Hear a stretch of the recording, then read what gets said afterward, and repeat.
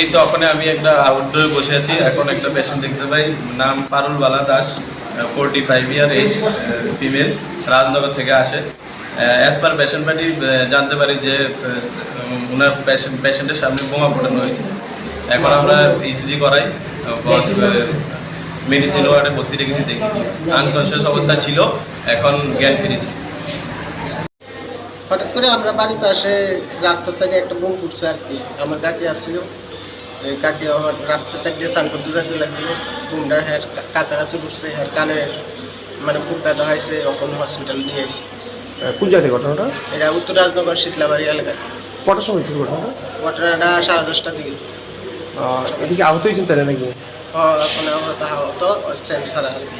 কি নাম? তার নাম পারুলবালা দাস। বয়স কত? বয়স 45। 45 বছর না?